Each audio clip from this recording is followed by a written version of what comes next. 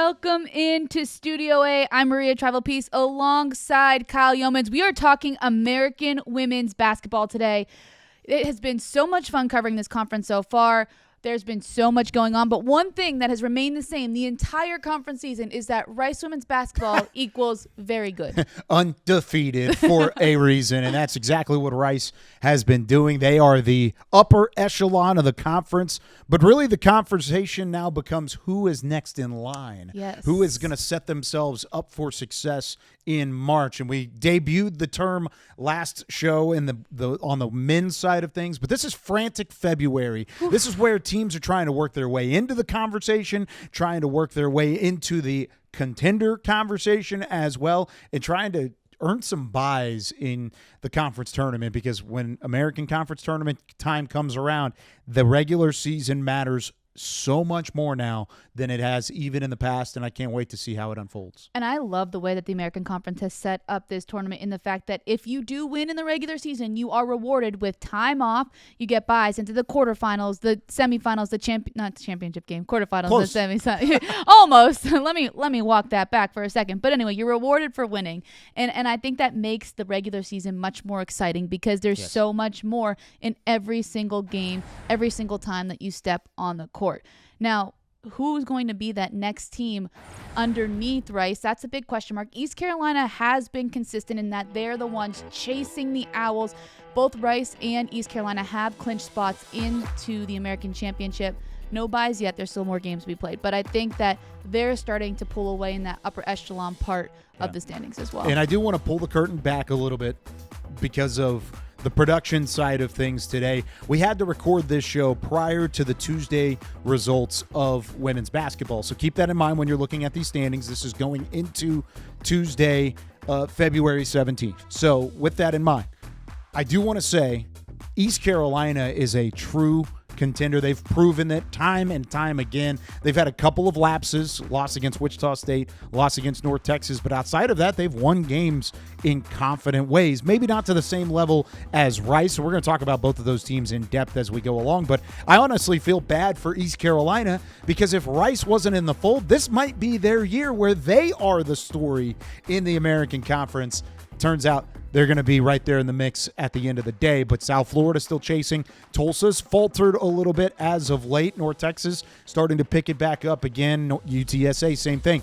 So lots of teams kind of jockeying for position back and forth. It's like you see the horse races when you see the horses go one way and the other. That's what we're seeing from the American Conference standings so far. It really is a lot of fun to break down. And in order to break down, we got to go national with this, right? Absolutely. We got to welcome in a national women's hoops reporter. This is Talia Goodman from On3 Sports. Talia, thank you so much for taking some time. We always love your work. We were talking prior to the show just how much we do like following you and keeping up to date with all the info that you put out there. But your general thoughts of the American Conference and what it's become here in 2026. It's so strong. I mean, it's definitely one of the best mid-major leagues in the country for women's basketball. It's been a little surprising this year, obviously, with the departure of Jose Fernandez from USF, and seeing how Michelle has taken over and been able to still kind of, maybe not the same level of success, but it's up there. Like, USF is always going to be up there. And like you guys talked about before, Rice has just been phenomenal to follow, undefeated in conference play. And they're one, maybe this is a hot take. Like, if they don't win the conference tournament, I still think the committee should take a good look at them. Yes, absolutely. Okay, I'm glad she said it. We are in agreement. Let's follow up on that. What are some of the reasons why you would advocate for Rice to be in the NCAA tournament, even if they don't win the American Conference Championship? Yeah, I mean, I think that the only loss to me that's like, is like they probably should have beat UCF when they played them earlier in the year, right? And I think it was a single possession game. And that's really the only mark that I'm like, okay. The other two losses, like, I'm fine with. Those are two teams that, like, maybe you could win, but I'm not too, heck bent or whatever on them winning those games so early in the season. But they have just dominated, like I said, one of the best mid-major leagues in women's college basketball. That is not easy to do, as you see with a lot of the other elite, mid-major leagues. So I don't know if they'll get in or not, but I think they could compete with some of these Power 5 bubble teams that we're looking at right now. Talking about the team that's underneath them right now, in the conference standings. East Carolina, I mean, this is a team that's 11-2 in conference play. They don't have any quad one games. They haven't played a quad one game either one way or the other in a win or a loss. Their best game, they played a couple of quad two games, and they lost the one. Actually, they played one quad two game and they lost it. They're 0-1, but they still don't necessarily get the same kind of support or same kind of respect that they probably should in a season like this where they are as complete as they are. What are your impressions of the Pirates, and how do you see them working into that net ranking to try and earn a little respect nationwide? Yeah, I mean, they're one of the biggest surprises of the year, I would say. I mean, I think they were picked 7th in the preseason poll, right? And you look at what they've been able to do this year. Obviously, we knew getting someone like Kennedy Fauntleroy had the potential to change the trajectory of their year, and we've seen how it has. They lost, like you said, a couple of weird ones that they probably could have won, but they have good wins. Like they beat USF, they beat Temple and Tulsa, like you've talked about. And I think they're just really, really good at being disruptive and being strong on the defensive end. I don't know. I don't think they'd be looked at for an at-large. So I think the conference tournament is pretty must-win for them, but I would love to see 2 teams from the American Conference get in this year. Well, Talia, one of the teams that you mentioned already was South Florida. We know that Jose Fernandez left to take the job with the Dallas Wings. When you look at that team, I know Kyle and I have talked about it a lot, just the talent level that is there. For you, though, what can they do to elevate their game just maybe a bit more as we get into the later part of the season? Because we've seen them do some really good things, and then we've seen them lose some games that we think, maybe you should win those. Yeah, I think kind of as you're alluding to right now, it's consistency. And that's the problem with a lot of teams we see, not just in the American League, kind of in the national picture. We see the potential of these teams and we see what they can do, but they can't put it together night after night. And that is certainly something you need to do if you're going to make it to the tournament. You need that consistency. But I think if they can put it together for a stretch in the conference tournament, like we've seen them do, they have the potential still to make the tournament. They could certainly win the American Conference tournament. So looking for a little bit more of that consistency, but all being said and done with some of the turnover they had this year coaching wise and figuring it all out, it's been a really impressive year. Talia Goodman here with On3 Sports, breaking down the American Conference from a national landscape. All right. We're going into March. March is all about the Cinderellas. Who's the team in the American Conference? They could be a top 5 team. That's okay in the conference, but let's not go top 4, right? Let's talk about Cinderellas. Who do you feel like in this conference has what it takes to make a run and try and push for that automatic bid into the big dance? Who is number 4 right now? I'm forgetting off the top of my head. I don't want to say number 4 if I got that cut off. That's okay. Give me who you want. They might be number 4. They very well might be. North Texas is who comes to mind. They're 5. We're good. They're 5? You're good. Okay. Perfect. I got it. No, I love it. What Megan Nestor has been able to do there has been kind of making headlines all year, and I've loved it. I think it's so impressive. Her story, how she got her start in college basketball, and how she's been able to excel on the court. And obviously, they are a very well-coached team by Jason Burton over there. So I'm excited to see what they're maybe able to do if they can pull off a little run here and have the potential to be one of those Cinderellas we're talking about a little bit. You see, Maria, even the national landscape likes North Texas. It's Kyle's a North me. Texas alum, Talia. Let me just tell you. So he has to fight the bias allegations, and he's not helping himself. I'm not right now, but that's okay. Absolutely not right now. That's okay. I just agree with you is all. That's all that it is. I think you've got great analysis.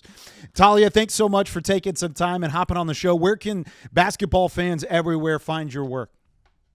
I am everywhere at Talia Goodman WBB. I'm on all the social medias pretty much 24 hours a day. So. Yes, awesome. Talia doesn't sleep. That's what we've established. She does not, ever. She has all of the reports, so definitely go listen and follow everything that she does. Yes, definitely so. Talia, thanks so much. We'll talk to you again soon.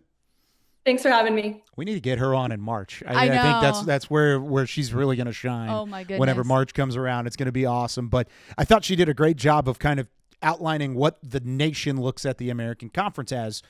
It's Rice and then a bunch of quality teams, which I don't disagree. Right. When it comes to East Carolina and South Florida and Tulsa, North Texas, UTSA, we're rattling off teams that have all had similar storylines. They're good. Right. And they're quality programs, but they haven't done enough to set themselves apart.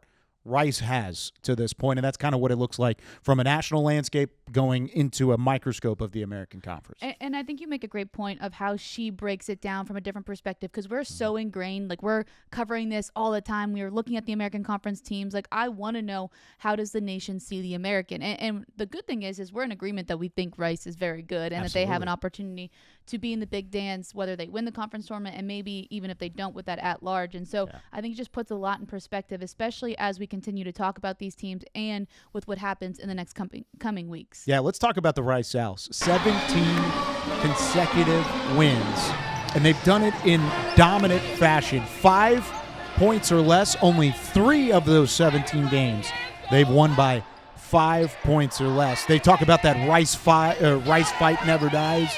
The fight never stops. Whatever you want to say it, the Owls are rolling, and they have the second longest winning streak in program history. They had 21 wins back in 2019. That got them to the longest in program history. They've got a chance to match that. Again, we are recording on Tuesday this week. It's an off week for us. We just had to make it happen. However, there's a lot of big games on the horizon for this Rice team.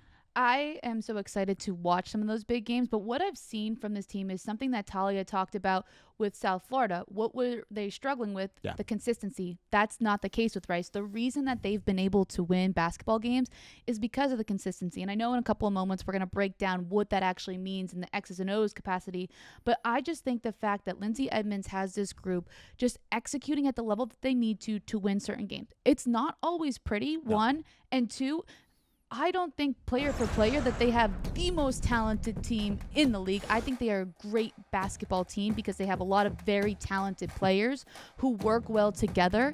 And I think that's why they've been so successful. Consistency, great players who work well together. It's a recipe for success, along with great coaching from Lindsay Edmonds. And for those that know me and follow me, I do a lot of work with the NFL draft, right?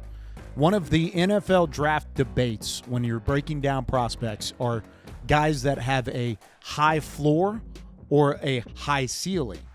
And that what that means is if it's a high floor, they're going to come in ready to go. You know what you're going to get out of them, and they're going to be a consistent player consistently throughout their career. A high ceiling is a guy that can maybe be a superstar, can be that team that or that player that goes and does it all, or in this case, that team that goes and does it all. Rice is a team with a high floor. I don't know if they have the high ceiling, but they haven't lost yet. And they've taken care of business consistently throughout. So I say they have a high floor. They might also have a high ceiling because those players do exist in the draft process. In the basketball side of things, those are the best teams, and those are legendary teams that have high floors. They don't drop below that a whole lot, and so far through conference play, Rice has not done that.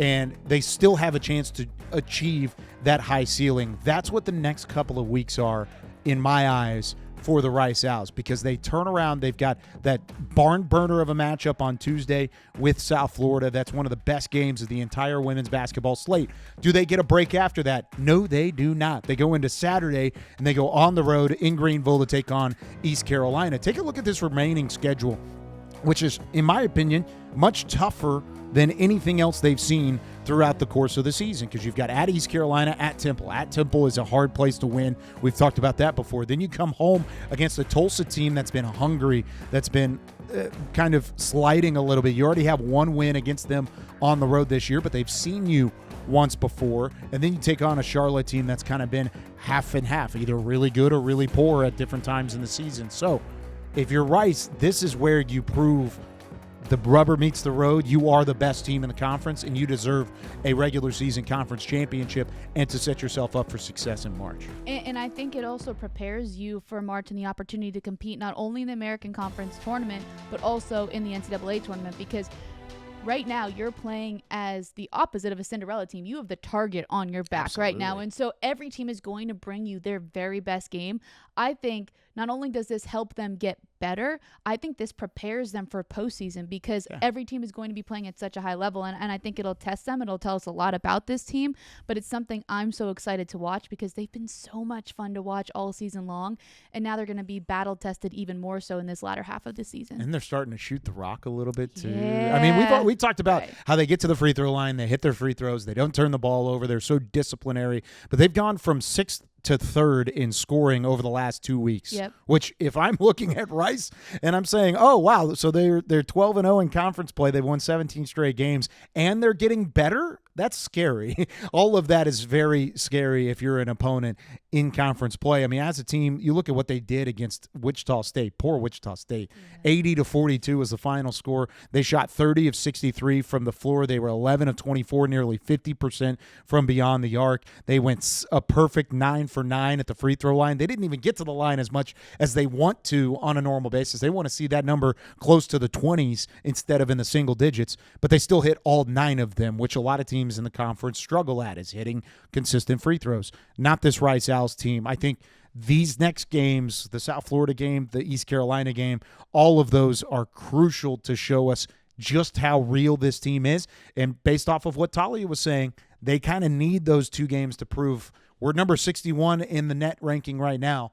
Put us a little higher, make us an at-large conversation, because even if we don't win the American Conference Tournament, we deserve to be in March. And to your point, we just talked about the offense. Their defense has looked so good as well. We spoke so much about the offense and the way that they're super balanced and different things like that, but they're allowing just 58.6 points per game. 42 against Wichita State. Exactly. So the way, like, if you take a look at those defensive numbers, just I think that's going to be a key too, because when your offense isn't clicking, if you can rely on that, I think it's been so much fun to watch. They're second in defensive rebounding per game at 27.3 per game, and they're just fundamentally sound. I think we've talked about that on the offensive side of the ball as well, but I think the way that Lindsay Edmonds coaches this team, it just makes them very complete. I really like the comparison or the analogy that you use with the high floor, because I think that's the best way to describe this team. And we'll see if they can still achieve the high ceiling. I certainly think that's a possibility. When you won 17 straight, anything is a possibility for Rice, but you got to find a way to peak at the right time. And even though they've won these games, I still feel like they're growing, which is what is the most impressive thing to me in the Rice Owls so far. They're not just winning games and skinning by and survive in advance. I mean, they are dominating games, and they are getting better and better and closing up the gap that these or closing up their holes, which there aren't a lot of them, but they're closing them up at the moment in conference play. Going to be really exciting to watch the Rice Owls. Speaking of an exciting brand of basketball, how about what East Carolina has been doing as of late? Kim McNeil has this team rolling, especially on the road. How about that? 6 conference road wins, most in single-season program history for East Carolina, which is both shocking and not shocking at the same time. Remember, this is a team that's won an American Conference tournament recently, went to the big dance back in 2023. They've made runs in March before, but the regular season success hasn't been there. Now it's there, but yet they're still the second best team in the conference. That's what I said at the beginning of the show. I feel bad for East Carolina because this should be their time, but Rice is shining at the moment, and East Carolina hasn't even had a shot at them yet. Well, I think that if East Carolina were to go on and win the American Conference tournament, I don't think they'd care that they're not getting attention in the regular season. But I agree with you in that I think we do a good job of highlighting them, but Rice is the story right now. So I think that it sometimes gets overlooked what East Carolina has done. But the 6 straight road wins doesn't surprise me for this season for a couple of reasons. One, we've talked about the way that this offense has been performing at a high clip and the way the defense has stepped up as well. But the type of basketball that Kim McNeil preaches and the way that she teaches her teams to be incredibly gritty, to be hard-nosed, to be very physical, I think that bodes well on the road. I know it's a very cliche saying that defense travels, but if you talk to any one of her players, that's one of the main things that they will say. And I think when they can bring that with them on the road, they're able to have success away from Greenville. And I think that because of the way that she has this team rolling not only on the road and at home, they have more confidence than maybe we've seen the last couple of years. Like you said, they won a conference tournament, but more confidence in the regular season. Oh, absolutely. And I think when you look at East Carolina and the way they've been winning games, it's similar to what Rice has been doing, but in a different way. There's like a different tweak to it. Rice is a team that wins because they get to the foul line and they make their free throws. They don't turn the ball over. East Carolina also gets to the foul line. They have more free throws made per game than anybody in the American Conference, and they're top 25 in the country in that category. They're also top 25 in the country in turnovers forced per game. So Rice is a team that takes care of the basketball. East Carolina just says, we're going to take the basketball. Give me the basketball, and they're plus almost 6 on average. Plus 6 in the turnover margin on average is incredible. Top 25 in the country. Again, they're 45th in steals per game. They're top 50 in blocks per game. They play a physical brand of defense, but then you look at the stat sheet and you say, oh, they're averaging close to 80 points per game. Yep. They're the top offensive scoring team in the country, or excuse me, in the conference. All of that to say, they do everything well. Are they a master of something? You hear that cliche since you brought out defense travels and defense wins games. I'm going to say, are they a jack of all trades or are they a master of none? Right? And I think when you look at it, I can point in a number of different directions and say East Carolina is top 5 in the conference at this, top 5 in the conference at that. But are they the number 1 team in the conference in anything outside of those turnovers that I just said, which is a great thing to be good at? I want to see a little bit more well-roundedness, and I think they've shown it already. I want to see it against top-level teams because, like I said, they haven't played Rice yet. They get that chance on Saturday. That's a huge benchmark, a massive test for East Carolina. I still think they're a legitimate contender. I still think that they are a weapon in March and a team that has weapons to make a deep run in March again. But East Carolina's got to find a way to step up. And I think some of those players have already began doing that. How about Ajani Hutton and what she's brought to the table? 3 of her last 4 games, she's had 14 points or more and at least 6 rebounds in 3 of those 4 contests. She's been hitting her free throws. She's been getting to the foul line. She's not shooting the 3 well, but that's not really a part of her game. And then on the other side, you look at Jayla Herp and what she's done.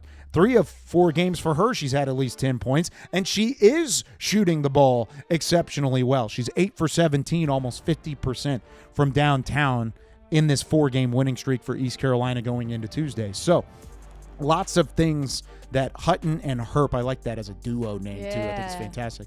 They're adding to what Kennedy Fauntleroy had been doing and what the East Carolina scoring element was. Now they're adding that defense. They're adding some depth there.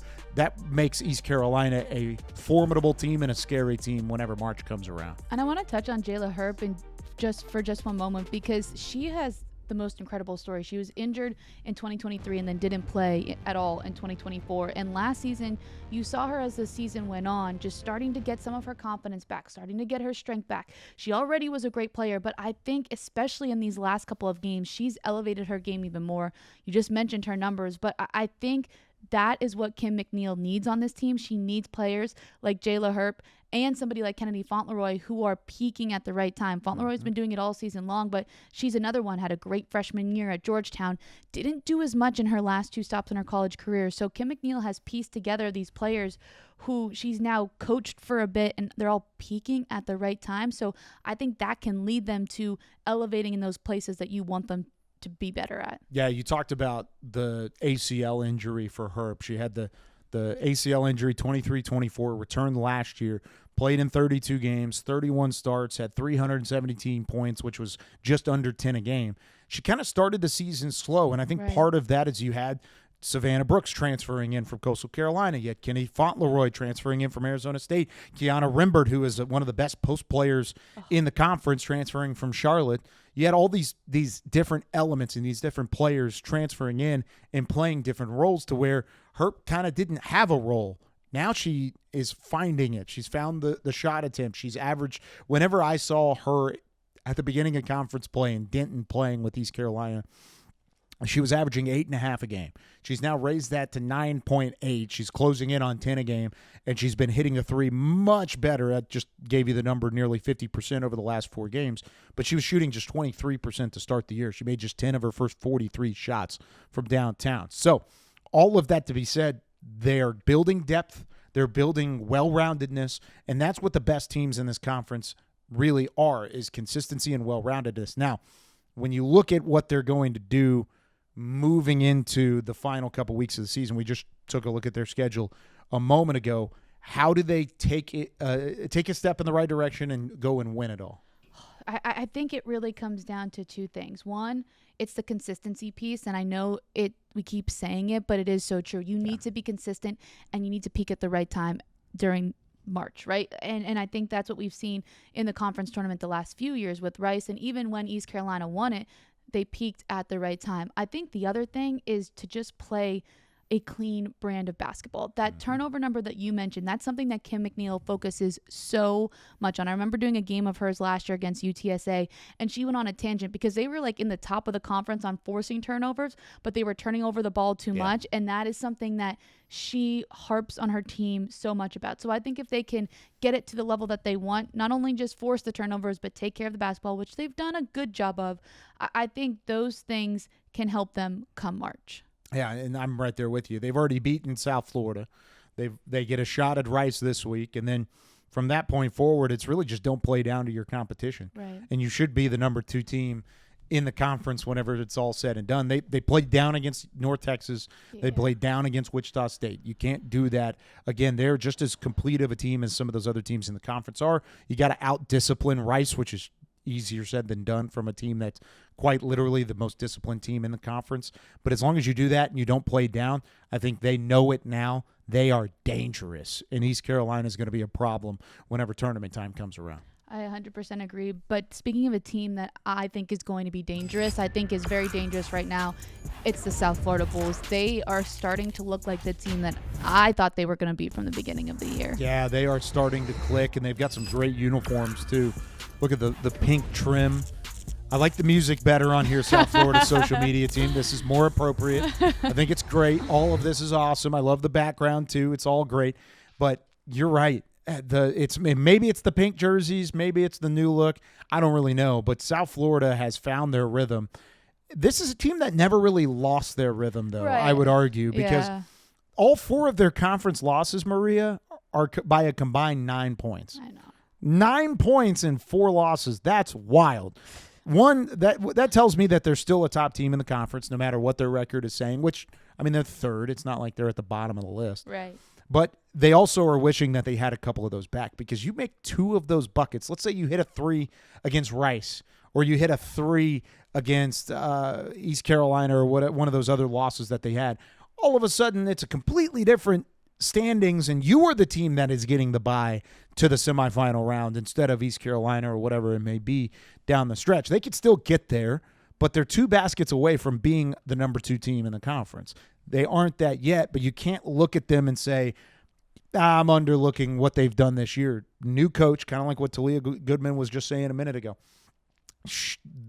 The new coach taking over for Jose Fernandez was always a conversation, but I think she's done a phenomenal job. They're still top 70, top 71, I believe. They're 71st in net ranking right now, and they've got some opportunities down the stretch to make an impact too. Well, I think just watching them the last couple of games, I think they've won 3 of their last 4. And I think for me, just the way that they've played more together as a team, which, again, they've done well. I love watching some of the ways that they pass the basketball. I think they've been on top plays multiple times this year, but I think the thing that's standing out for me is the way that they've been shooting the basketball. They shot almost 50% from the floor against UTSA, 38% against Tulsa, 43% against Tulane. So I think that those numbers are looking better. We know that their offense is good, and I think that the thing we've been saying all season long about South Florida, going back to your reference about high floor, high ceiling, they're a high ceiling team to me. Absolutely. Because I think that they have some of the most talent in the conference, and now we're starting to see some of those players stand out a bit more. See, now you looked at me weird whenever I started going into draft analogies, and now you see where I'm going. I was, I always look at you a little weird because I don't always know where you're going with things, and I'm like, all right. Haven't you learned to trust me that even though I bring out weird metaphors every once in a while, they come together at some point? Yeah, but I wish you would buy into my metaphors as well. I buy into your metaphors every once in a while. Do you remember what Fred stands for? Remember, I've said it 2 times. That's not a metaphor. That's an acronym. Okay, but it's different. Anyway, but I was using it as an analogy to how you were explaining things, and I was complimenting you. But that's an analogy, not a metaphor. It's different. Okay. Anyway, let's talk about basketball. How about this? Michelle Woods-Baxter taking over for Coach Fernandez has found a way to, like Rice has, like East Carolina has, get better as the season goes on. And this is a team that came in with as much talent as anybody. I said it on our last show. I'll say it again.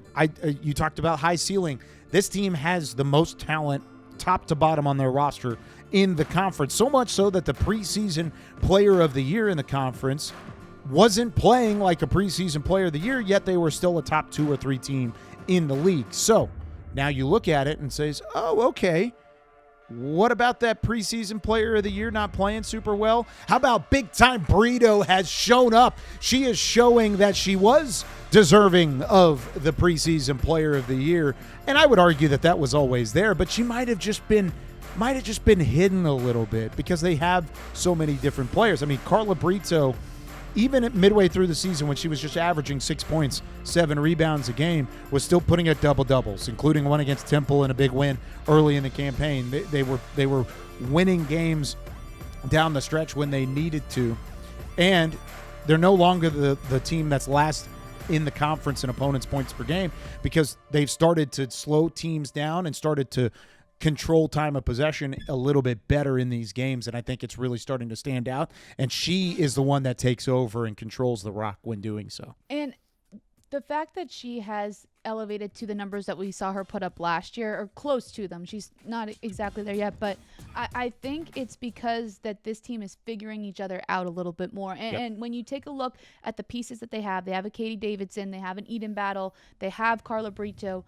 The benefit of it is if Carla Brito isn't playing well, as you already mentioned, these other players can step up and South Florida can still win basketball games. But I think there's just something about Carla Brito, and when she plays well, it elevates the whole team. And so you want to see her do better, even though you have other people that can score, even though that you have other people that can play games. She knows how to lead. She knows how to win championships. She did it last year. And I think her playing better basketball makes it better for the Bulls. And I think that's why you're seeing them again. We say, oh, they're finding a rhythm. They never were out of a rhythm, but that's why they're winning these closer games as opposed to when they were losing them throughout the year. Yeah. Take a look. I mean, Carla Brito is our highlighted player in this segment for a good reason. I mean, she's been playing great. Her minutes are going up. She played all 40 minutes in a overtime affair. I believe it was East Carolina. Played all 40 minutes, not in overtime, in regulation. She played the entire game against East Carolina. Her production has gone up, 4 straight double-doubles going into the Tuesday matchup with Rice. She's 4th in the American in rebounding. And then you've got Putu there as well. She's tied for 7th in rebounding. All of that to say, Carla Brito is still the 5th highest scoring player on the roster. I mean, they still have so many different elements, but I agree with you. I think when she plays well, the entire team feeds off of that energy and feeds off of that performance. And I think that's big when it comes to the later portions of the season, when you're going to look at somebody and say, you need to make a shot here, you need to make a play here, big rebound, big defensive stop. She is somebody that has done it before and is willing to step up and do it again. And there's another player in this league that when she steps up, her team plays better and has had such an impact on the North Texas Mean Green, and Megan Nestor. She has been incredible. We heard Talia talk about her, but oh my goodness. Now you've had the opportunity to see her multiple times in person. First thoughts when you saw her, like what impact has she made at North Texas? It's special. Yeah. It's special. The rebounding category is not a highlight reel category. It is tough. It is gritty. It's the elbow grease and the physicality, and it's not a job that most people want. But Megan Nestor has carved out such an impressive stake in the rebounding category throughout her time at North Texas, which is just one season, that it's going to put her in the conversation as one of the best to ever play in a North Texas uniform. I wouldn't be shocked by the end of the year. She's already going to break the rebounding record in single season history. She could get to 400 rebounds. She's one of the top rebounders in the nation at the moment. I wouldn't be against throwing her number in the rafters when it's all said and done because of how impactful she is. And it's really impressive. I'm talking 20 rebound performances. This 28 rebound performance that she had on Valentine's Day against Tulane. Just another day at the office. Just easy work. She had 34 rebounds and 31 points earlier in the season. First player in North Texas history to do that. Broke a conference record in rebounds. She's probably, I haven't looked at the list recently, but top 10 in conference single game rebounds. I bet you she's in there 3 or 4 times. It's really incredible what she's doing, so much so that I've had to stop myself on the broadcast multiple times from saying Nestor with the board, Nestor with the rebound, Nestor with the carom. I've had to limit myself, especially early in games, because it's just a foregone conclusion. She is going to get the rebound, and it's impressive and incredible at the same time. I am in awe every time I get to watch her play. It's like watching somebody that's the best at what they do consistently and do it at such a high level that you just got to sit back and enjoy it.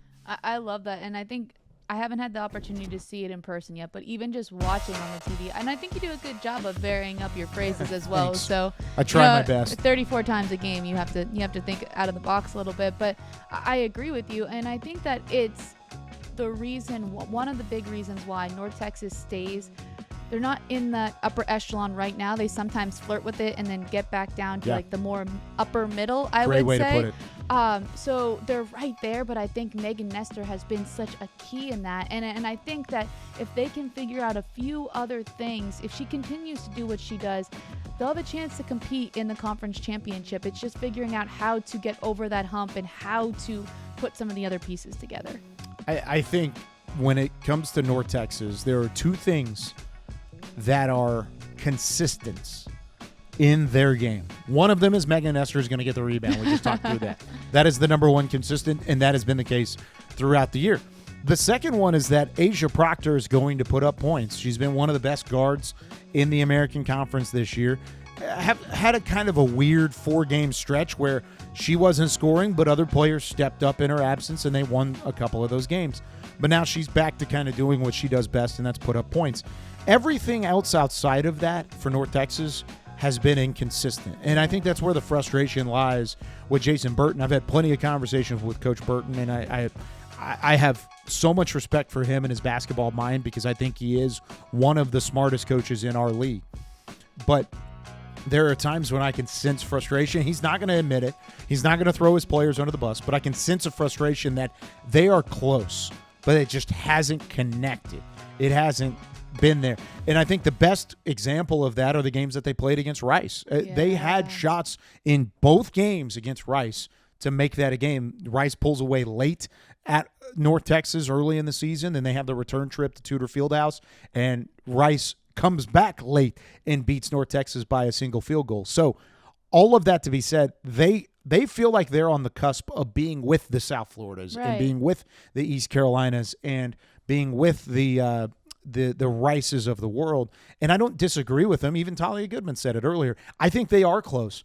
But in order to be there and to be solidified, somebody outside of Asia Proctor has to be able to score on a consistent basis. And you look at anybody else that's been in that conversation, I think you can look at really any of those players. And I think I accidentally deleted my notes there. But let me pull up the roster just so I can name them accurately. Right now it's been Andy Schisler. Schisler's been stepping up in a really big way as of late. Cherise Spencer has stepped up at a different time this year. Jazzy Owens-Barnett has been in and out of the starting lineup, and she could certainly step into and take over a role when need be. Shania Price has had games where she's put up 13, 14, 15 points in a game. You don't get all of that all the time with North Texas. Usually it's Proctor, it's Nestor, and then somebody else. But if you're Jason Burton, you need 1 or 2 other players because they've been playing an incredible brand of defense. They're coming off of one of their best defensive performances that they have ever seen in the American Conference, holding Tulane to the point total that they did in that game late. I think all of that is really impressive, and it's something that I think they're growing on. They've been known for their premium gas in the past. They are now a premium gas, but it's diesel, and they're playing. they're rolling with diesel gas and the physicality, and playing with nothing but high level defense on that side of the floor. Another metaphor. We're giving that one was already given to me. Yeah, I know. That was premium gas. All I had to do was just change it. You just added the diesel. See, in there. That's what we're about at North Texas. Is really good metaphors. Anyway, Kyle, again, not beating the allegations of the bias here. You want You want to talk about UTSA? Yeah, if I can find my notes. Okay. I literally just deleted all of my notes. Enjoy this. We're going off the rails the next couple of minutes. The This good is thing gonna is be I awesome. have my notes, so we can thank you. we could start with UTSA and just the way that they've been a team where we want them to get to the level that they were at last year. They don't have Jordan Jenkins. That's a synopsis of it. But as of late, they've been playing better. They're another team, just like North Texas. They're trying to find some more consistency. The one thing that has been consistent, though, Kyle, has been their defense. Yeah, their defense has always been there. And we said that from the beginning of the year. You're not going to replace Jordan Jenkins. That's just a plain fact that they've had to deal with at UTSA. But one thing you do have the advantage of, you have a Karen Aston, who, like I said with Jason Burton a little bit ago, she's one of the smartest, most savvy coaches in the league. And you can see that even despite falling in some of these games, they definitely want the UAB loss back. They won another shot at South Florida, a team that beat them by 6 on the road. I feel like UTSA felt like they needed to win that game. They didn't. And they've fallen in a lot of these games where they feel like they were just as good, if not better, than the team on the other side. However, they've got to prove it whenever the metal meets the road. And they don't really have the one player, and we've talked about this a couple times on this show too, they don't really have the one player that stands out above the rest. I think Cheyenne Rowe is probably the closest to that. She's averaging 14 and 9. She has an assist per game as well. Ariana Hardaway is close there after that, but it's kind of a hodgepodge of players. Any given night, it could be Rowe, it could be Hardaway, it could be Allen, it could be Udo, it could be Hammonds. All of these players can lead the team in scoring or kind of lead the charge offensively. Their defense is consistent. Their defense on that end of the floor, solid, and they're one of the best in the conference at doing so for good reason. But I do want to see more on the offensive end and more consistency there in order to get there. They're 12th in scoring. They're averaging 60 a game, so they're not stepping up to the way that they need to. And I think that's where Karen Aston's frustration has been most of the time this year. And you took the words right out of my mouth almost by talking about the scoring, because the offense just hasn't been there. They have 2 players who are averaging in double figures in Cheyenne Rowe and Ariana Hardaway, and that's just barely Ariana Hardaway at 10.8, Yeah. So I think that the big question mark is how can they score the basketball? Because as we said, the defense is there, and I sound like we're repeating ourselves, but it's one of those things where when you look at it, that's just the simple answer. Now, I'm sure there's a lot of little things that we're not privy to, when you're in the locker room, and there's all these other things that are going on. But when you take a look at it, defense equals good, offense equals not so great. If you want to win basketball games, you have to outscore your opponents at some point. And I think UTSA just needs to figure out, maybe it isn't one player stepping up, but how can they consistently have enough players scoring in double figures on a given night so that they can utilize that great defense that they've been playing? Because even though defense travels, as we said before, if you can't put the ball in the basket, you're not going to beat teams. No, you're right. And it's funny because I'm really excited to see them in person in a couple of weeks. I've got their game against North Texas next Tuesday. There you see it right there. I think that game is going to tell me a lot, because I still, when you look at the numbers, it's kind of baffling as to why they're middle of the road in the conference and they haven't really gotten on a hot streak, because they do play such good defense and they do take care of the basketball as much as they do. I will say, really, they go as Cheyenne Rowe goes. You take a look at their wins, right? These are just their wins. Temple, she had 26 points. Tulsa, she had 17 points. North Texas, she had 27 points. Florida Atlantic, 19. Charlotte, 16. Temple, 14. Tulane, 13. You get a theme. You got a common theme there. I think I'm picking up what you're putting down here. If you look on the losses side of things, she had just 8 points against South Florida. She had 8 points against Memphis, 9 points against Rice. That's all I got to say at that point, to say if Cheyenne Rowe is scoring, then the team is winning. And Ariana Hardaway has had games where she's put up 14, 15, 16 plus points in a game, but they've lost. So I'm not going to put it all on one player. It has to be a duo and it has to be a combination, especially when those are the only two on the team that are averaging 10 a game. But when you have an offense that is struggling as much as this one has been, and let me get it completely straight here. They also don't pick up the pace. They're not one of these teams that goes up and down the floor. They're going to be toward the bottom half of the conference, but second to last, this team is better than that, in my opinion. And that's where I think you either have to have another player step up and score consistently, like an Udo, like a Hammonds or somebody like that on their roster. But outside of that, I think those two are really the straws that stir the drink down in San Antonio, the straws that stir the margarita. The margarita down there in San Antonio on the Riverwalk, because that's what it's all about. Let's talk about Charlotte. Charlotte finding rhythm as well. How about this? 3 straight wins for the Charlotte 49ers. Listen, it's not always pretty with Charlotte, but they've been finding ways to win. And I've talked about this a lot on this show, but I just really like Tamika Reed and her staff because I think that they get the most out of what they have with their players. And I think the other part of it, too, is that these players love playing for Coach Reed. I had the National Girls and Women in Sports Day game, and the biggest thing that she harped on and highlighted was that this team has gone through a lot of adversity, stuff beyond the basketball court that she mentioned. And despite all of that, they're always hanging out together. They're always making sure that they're going to church together, that they're doing community service things together. And she said that that's helped them stay focused as things got harder both on and off the court. And she said they just want to win so badly. We're just waiting for it all to click. And that was before the first game of this 3-game winning streak. And now they've gone on and you've seen it. And I think that resiliency, that want to win when you actually like your teammates too, it shows, so that you start finding ways to be successful. Another huge component of this that we can't ignore too is Princess Anderson. We talk about Cheyenne Rowe when she goes UTSA goes as she goes. Same thing with Princess Anderson. That's who they want to have the ball in her hands, and she's been able to make some big plays in late moments for Charlotte. And you look at even the way that Tamika Reed talks about this team. This is a quote from their most recent media availability. I see confidence in this team now, which is not something she was saying earlier in the campaign. Even before you called that game, she wasn't saying that. The way we carry ourselves now shows me that the players have learned from some of our close losses, which they've had plenty of. Yeah. They've learned how to react to adversity. Memphis made us work for every point, but our team stayed resilient, made the necessary plays in the big moments, and our players have stepped up over the last few games and made a big impact, particularly on the defensive end. Look at these numbers that Charlotte has been putting up on the defensive end. Let's hear it. They held Tulane to 44 points.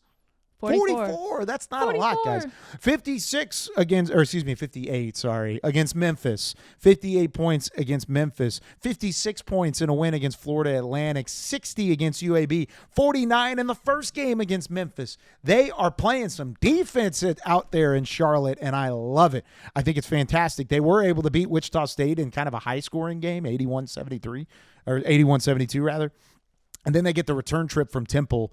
So they beat Temple, they fell to Temple on the road in a 1-point high-scoring loss, 83-82.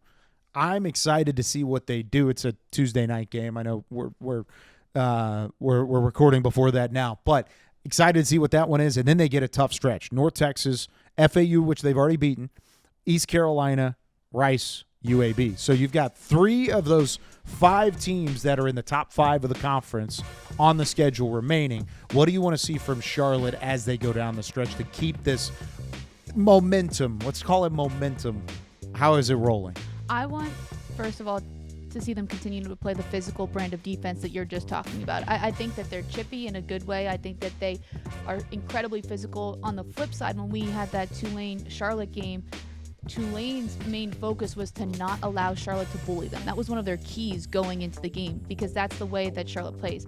Tough, physical, bullying type of defense. They can continue to do that. I think it puts them in a good spot.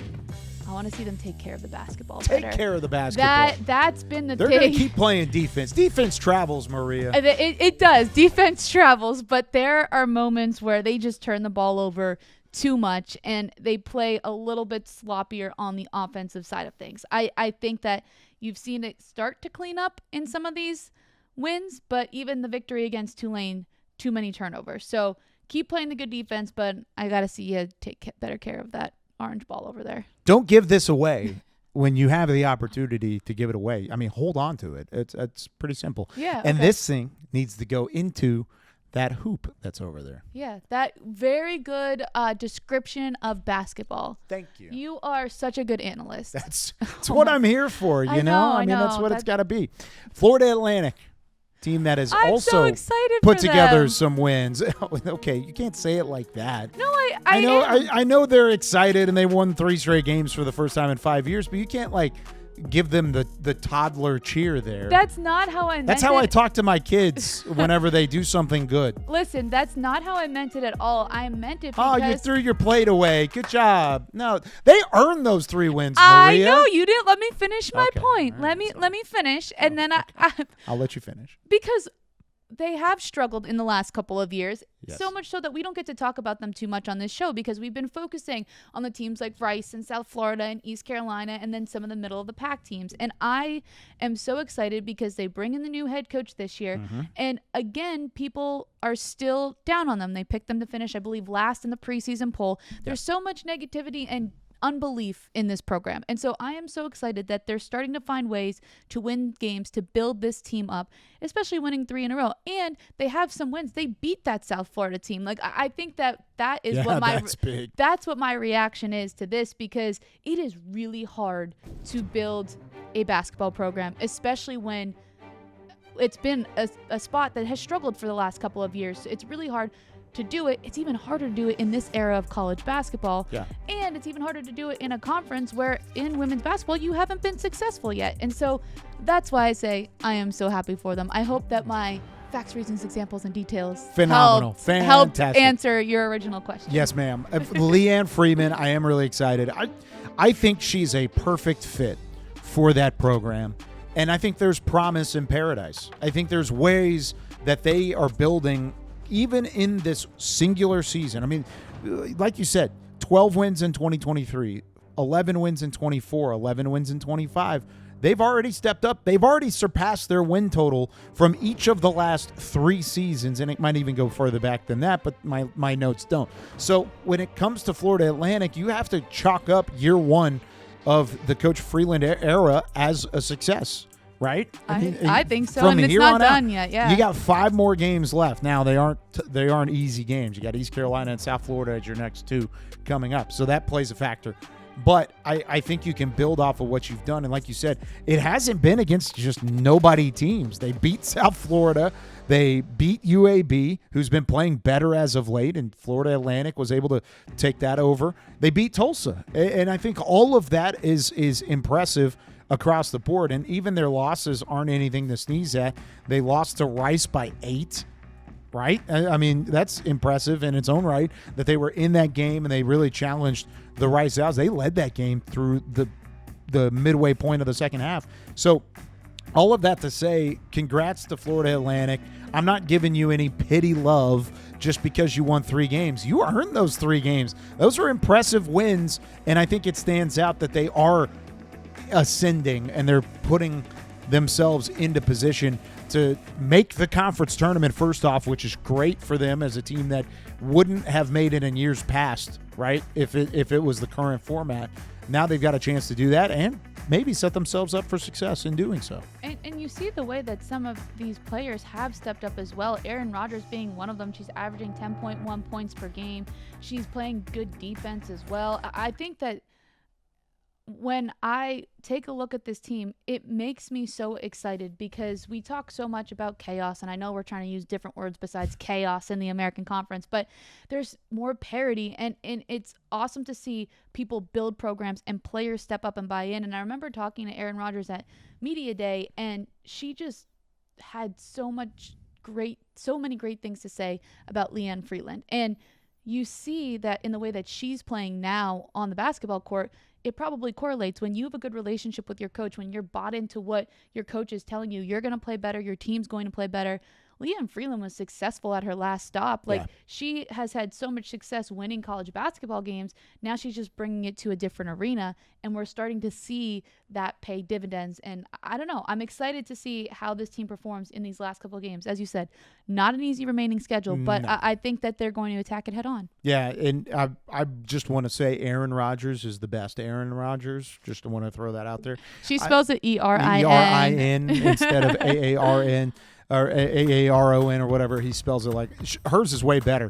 You talk about what she's done recently. How about the 21 points a game? My goodness. Knocking down shots. She's able to hit the three ball as well. I've really been impressed with how complete her game has become as the season has gone on, because you look at what she did at the beginning of her year. Remember, she was out for the first real big chunk of conference play, of non-conference play. She came back in mid-December and then put up single digits in her first 4 games.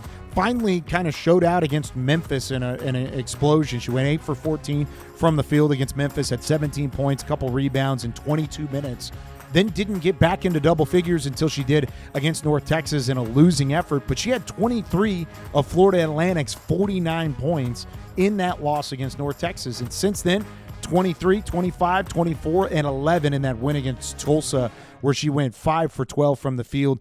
Didn't hit a 3, but she got to the free throw line consistently in that game too. So she is an all-around player, and now that she's clicking, I think it feels like this Florida Atlantic team is complete, more so than what it was previously, because she's the only player averaging in double figures on the entire team. So when she wasn't in the fold, that's why you saw the slow start from FAU in conference play, and you start seeing them struggle a couple different times. Now they can kind of work off of her, and it makes everybody better. Aaron Rodgers is a difference maker. If they had like a comeback player of the year in the conference, I would throw her name in the mix, because she's been that type of turnaround story so far this season. Yeah, just turning around her own individual story, but also turning around the story of this Florida Atlantic the whole team. Yeah, it's been so much fun to watch. That being said, lots of fun basketball to watch coming up. Take Games a look to at watch. that upcoming schedule. And as we already noted, we are recording this on a Tuesday, so the Tuesday night games will have They're been already played. done. You can check out what happened in those on the American website, american.org.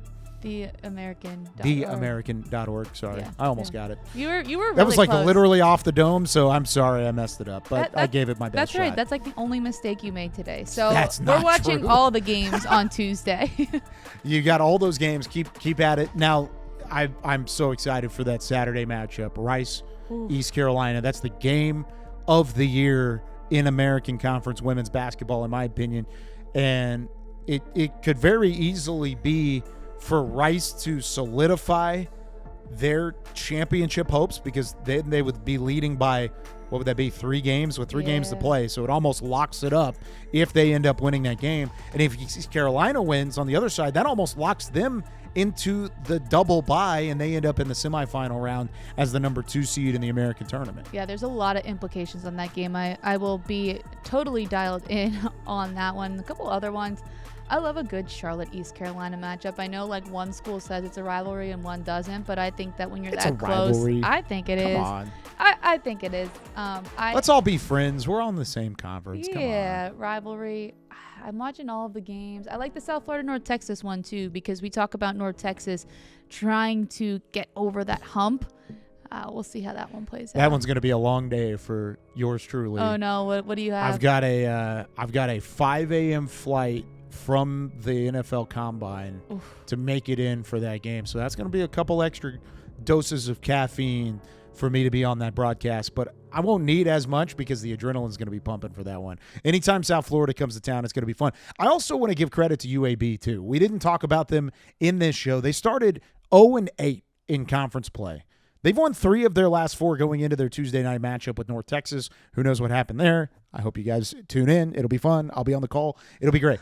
All of that to be said, I think when it comes to UAB, they are a team that has such a high shooting, high percentage team, and we haven't talked about them enough.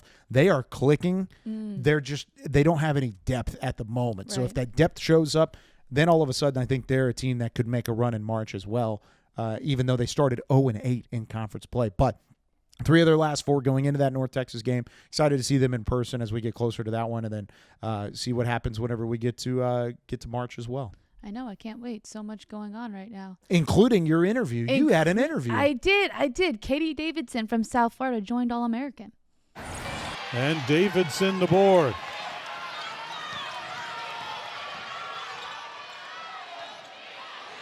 She's been hot from 3, and she adds another one. Katie Davidson is 5 of 7 behind the arc. She's got a game-high 22.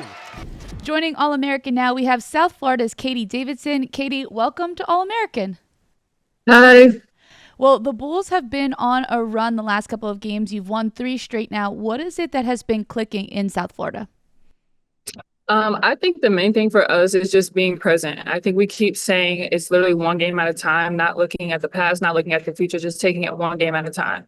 And I think we've been focused on what we do really well, and just taking advantage of that. But then also, I think we've had a big focus and a big emphasis on defense, and I feel like we've been clicking really well there.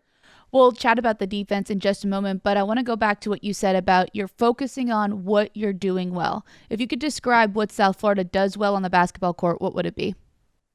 I think the best thing right now for us is our transition game. We want to get out, we want to run, we want to beat people down the court, and then obviously two is those threes. When we're getting out and we're running, Laura, Carla running to the paint, and people, want to run to the paint, and we can get shooters outside. We've talked a lot on this show about the talent on this South Florida roster. How have you been able to put it all together, especially at this point in the season? It just looks like you're gelling in a way that maybe you weren't at the beginning of the year. I think we just have a group of selfless individuals. I can go off one night, Carly can go off, Eve, Steph, anybody on the roster can go off any given night. And I think when you have selfless teammates, like you're going off, they want to get you the ball. I think that's what makes us so special. Well, you've definitely gone off the last 2 games against Tulsa and UTSA. For you, what do you feel like is working well in your game? I think I've just been playing for something bigger than myself these past 2 games. I actually had someone pass away literally a week ago. And so play for K was special to me because the person did have cancer. And so I think that's just where my strength from, the Lord that, he's given me, just having grace with that. So yeah, I think I've just been playing with something bigger than myself, for something bigger than myself. Well, I am certainly so sorry for your loss. And you talk about, of course, playing for something greater than yourself. How have you been able to deal with those emotions and just give it to something greater than basketball? Well, the person that passed was actually a coach of mine. And so she actually really started my basketball career and got me kind of going when I was in 5th grade and started my first AAU. And so I think that gave me the passion and the strength. But I think it's just like praying and just having the Lord on my side. I think that's something that, I really hold dear to me. Sorry. No, you're okay. You're okay. Thank you for sharing. And this but is yeah, it's also my teammates, my coaches. I feel like they really stood by my side and they have my back. So yeah. Yeah, you could certainly see it in the way that you've all come together. And like you said, you're playing for something bigger than yourself. I'm sure that your coach that passed is looking down on you, just being so proud of the way that you've been able to bring this group of young women together as well. For you, this is your 3rd stop in your college career. What was it about South Florida that made you think, okay, this is where I want to be for my final year? Well, if you look at the teams that I've been on, I haven't been in a winning program. And so that was one of the big things. But also, I want to play professionally at the next level. And I feel like coming to South Florida, I know there's a lot of people that have went and played pro, whether that's overseas or in the WNBA. And so I think that was a thing. And also, I wanted to get my master's. So, yeah, those are 3 of the big things. You certainly picked a great place to do all of that. Now, looking ahead at your schedule, you have Rice coming up, who has yet to lose an American Conference game. What does your team need to do to beat the Owls? I don't think we want to put the focus on them. I think we want to put the focus on us and just continue to do what we're good at, and then obviously continue to embrace the things that maybe we feel like we struggle or we're not so good at, and continue to embrace those things. And yeah, just continue to get better at what we do each and every day. We've covered a lot of things in this interview, so just to recap, if you could take a look back on everything that's happened for you this year. As you said, you're now in a winning program. You've come to a place to get your master's. Most recently, you've dealt with something that's been really hard. How do you think you have grown in your time in Tampa? So much. I mean, I feel like this season didn't really get off to a great start. I mean, we played some really, really good teams, top 25 teams. And I feel like that just built our team as a whole. But I know for me, I kind of struggled. And I feel like, you can only go up from here. And I feel like that's kind of the mindset I have. But also, I got to give all the glory to God, because I feel like that's where my strengths come from, especially in this past week. Well, Katie, thank you so much for joining All-American. We really appreciate your time, and good luck the rest of the season. Thank you so much.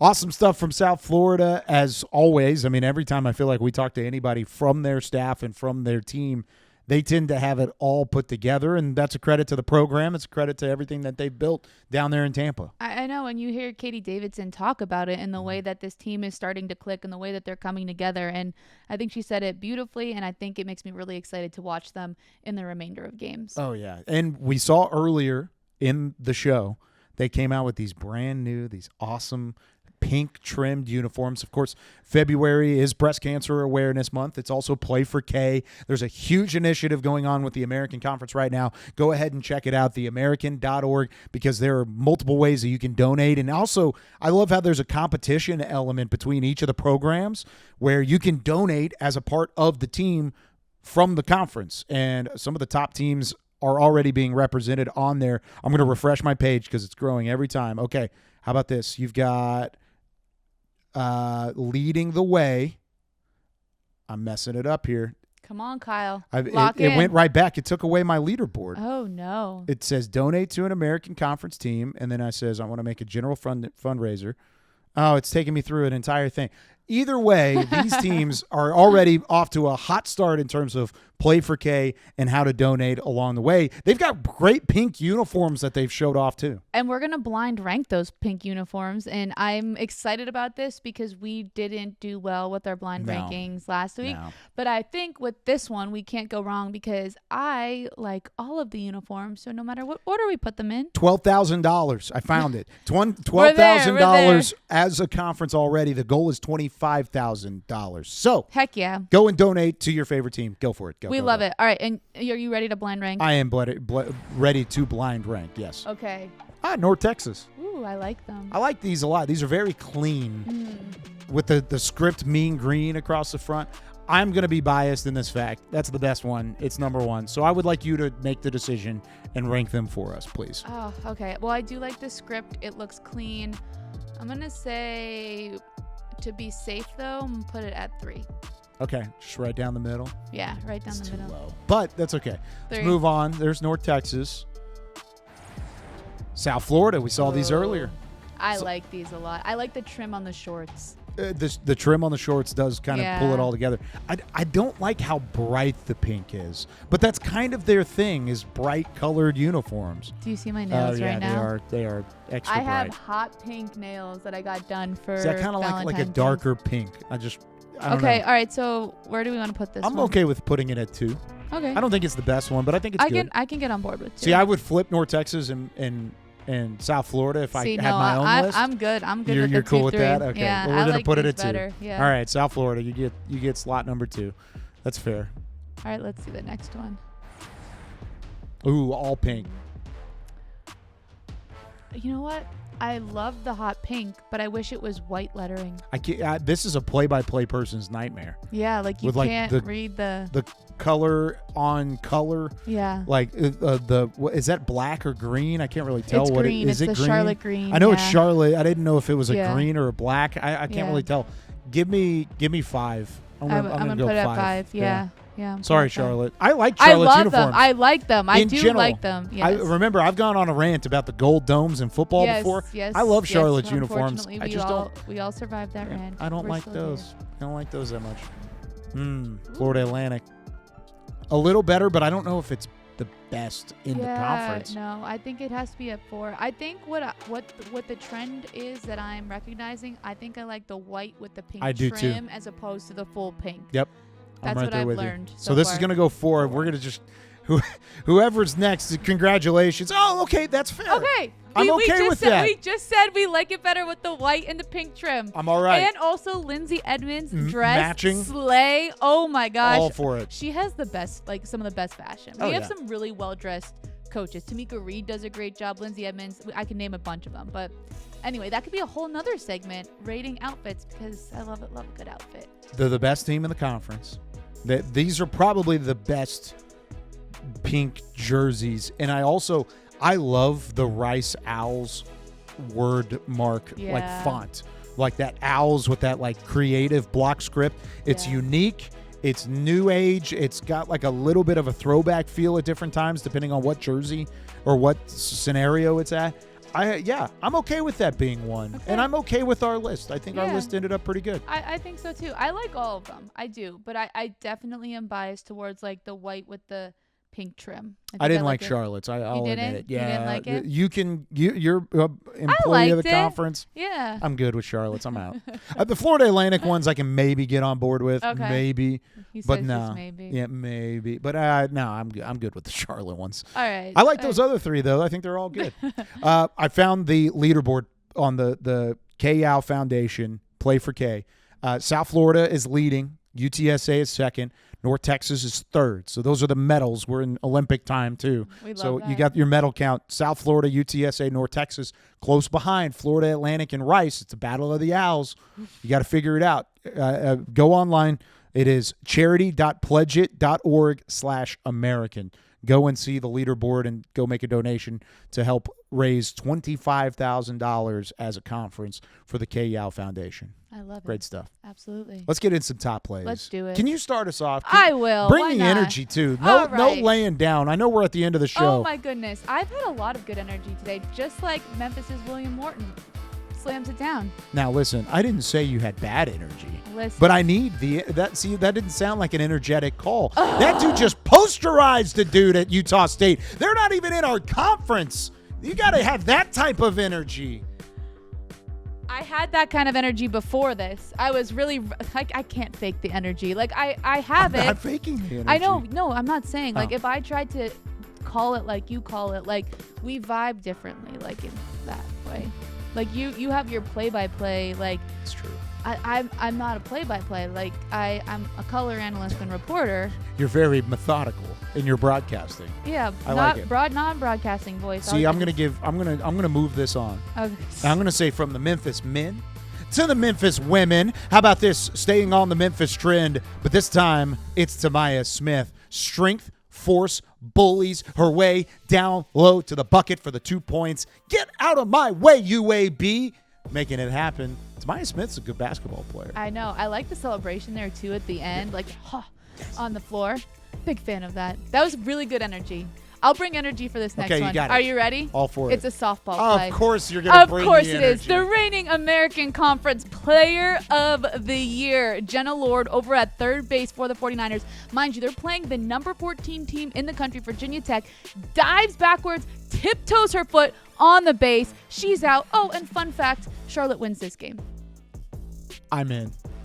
You sold? You sold me. Was that Yep. better? Very, very nice. I could do that. That's for a hell of a softball. play. That is a Right? big time play. Look at that. Dive down the third base line. That rips. I mean, there's runners on base here, too. Exactly. So that takes away at least one run. Yep. I don't know if there's a runner. Is there a runner on It's first? first Yeah, and there is a second. runner on Yeah, first. first and So second. it could be 2 runs, depending on how that ball is fielded out and left. It'd be hard to score from first. But either way, good play. I like it. I like Softball's it. back. Baseball's back. Baseball's almost back, too. It is Actually, back. baseball is back. Baseball is oh my back. Gosh, That's it our is number back. 1 play preview, but you got to do number 2 you just first. spoiled it. We go back to the hardwood. How about Miles Rigsby? We've talked about Miles Barnstable a whole lot, but Miles Rigsby says, I got you, Golden Hurricane. It's not Barnstable this time. I'm taking center stage, and I'm going to finish. And he spells it with a Y instead of an Wow. I. Yeah, it's a little different. As in, Miles, why Miles. did you get in my way? Exactly. That's okay. why. All right. Play Why number did you 1. get in my way? You just ended up on a poster, Wichita State. Good energy. Good energy. Ready for the top one? Yes, please. Baseball is back. Woohoo! UTSA, Christian Okerholm, diving. Throws it to first. Off his knees. I know. Oh, For the he got him. He did get him. Even the camera work couldn't catch up. Last out of the inning, too. That's the pitcher. That's the best part of that. Yeah, pitchers are people, too. Pitchers are people, They're too. athletes. Athletes. Pitchers are athletes. I was a Field- pitcher. Oh, That means I'm an never mind. athlete. Pitchers aren't athletes. Oh, I just ruined it for pitchers everywhere. Yeah, you did. That's how that happened. Listen. Nah, As we that's- said, you only had one athlete There's in a your family. specific. Yeah, you're right. There was a specific portion of practice, the PFP. Everybody knows about it. Pitchers fielding practice, and they had to make sure they knew how to make plays like this, so that way they could field their position, give that man some flowers. Pitchers are athletes too. Good job, Christian. Way to make the play. At least the first base cameraman got it. The home plate cameraman just was not paying attention. That's I all don't know right. what he You said. know, it maybe It was week 1. It was week 1. Yeah. Everybody's still learning what to do, Yeah, getting maybe. back in the swing of things. Pun, not a metaphor. Not a metaphor. It's a pun. That's a pun. So we had puns this week. We had metaphors this week. We had lots of basketball Guests talk. Great guests. Yep. Lots of energy. Still more energy, but not enough because this show is about to come to an end. I'm Maria Trivelpiece. This is Kyle Youmans. Make sure you tune in with us next week because we'll have more men's basketball coverage. And then the women's the week after that. We're getting closer to March. Thank you for watching today, though. We'll see you next week.